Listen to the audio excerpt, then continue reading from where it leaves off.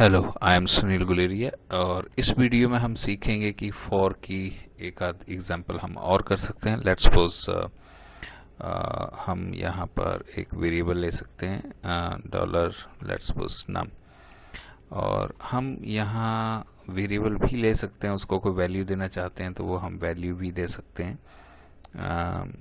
Let's suppose आप dollar num equal to 5, हम कुछ बनाना चाहते हैं इस लूप में। So for dollar I is equal to 1, then dollar I less than equal to हम 10 ले सकते हैं। Dollar I plus plus, dollar I plus plus. So अब हम इसमें क्या करना चाहते हैं। लेट्स सपोज हमारे पास ये हमने एक लूप लगाई है, इवन डॉलर नाम इज इक्वल टू हमने 5 लिया है।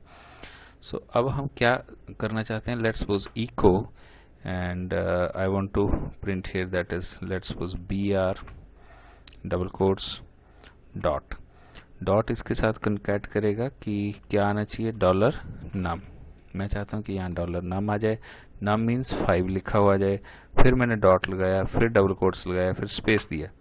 सो 5 और उसके बाद में x मैंने बीच में टाइप किया, सो कुछ ऐसा सिंबल आ जाएगा। फिर मैं एक स्पेस चाहता हूँ, फिर डॉट, फिर मैं कुछ जोड़ना चाहता हूँ और मैं उसके साथ क्या जोड़ना चाहता हूँ, 5x, और फिर उसके बाद मैं डॉलर आई लिखना चाहता हूँ यहाँ।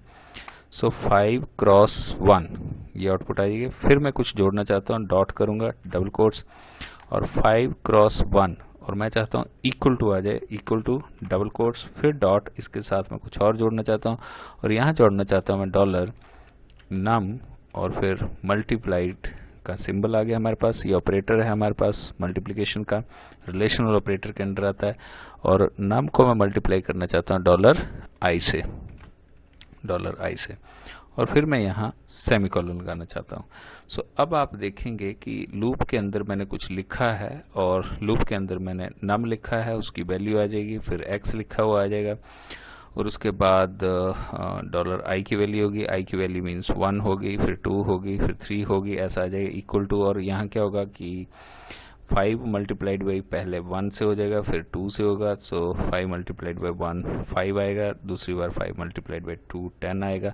सो देखते हैं कि इसकी आउटपुट हमारे पास क्या आती है। कंट्रोल एस करेंगे और ऑल टैब करेंगे आप, और आप इसे रिफ्रेश करें। सो आप रिफ्रेश करेंगे तो आपके पास आउटपुट आ जाएगी, that is 5 cross 1 equal to 5, 5 multiplied by 2 is equal to 10। It means कि ये 5 का टेबल हमारे पास जनरेट हो गया। सो फॉर लूप को हम कई तरह से यूज कर सकते हैं। आपने 10 तक लेना है टेबल, या आप 20 तक टेबल लेना चाहते हैं, आपने 20 किया, कंट्रोल एस करो, all tab, that is suppose F5। सो आप देखेंगे कि 5 का टेबल जो है वो 20 तक जनरेट हो गया। आप 5 का टेबल जो है वो 10 तक ही जनरेट करना चाहते हैं तो आप यहाँ 10 कर दें, और यहाँ आप 5 की जगह जो है वो आप 6 का टेबल जनरेट करना चाहते हैं तो यहाँ 6 लिख दो आप, कंट्रोल एस, और आप देखेंगे ऑल टैब F5। सो आपके पास 6 का टेबल जनरेट हो जाएगा। सो इस तरह से हम लूप्स का जो यूज़ है वो कई तरह से कर सकते हैं, राइट, कि उसको वेरी कर सकते हैं, उससे टेबल जनरेट कर सकते हैं, उससे और भी हम बहुत सारे ऑपरेशन जो वो परफॉर्म कर सकते हैं। सो ये एक एग्जांपल थी। नेक्स्ट हम एक और एग्जांपल करेंगे। Thanks for watching.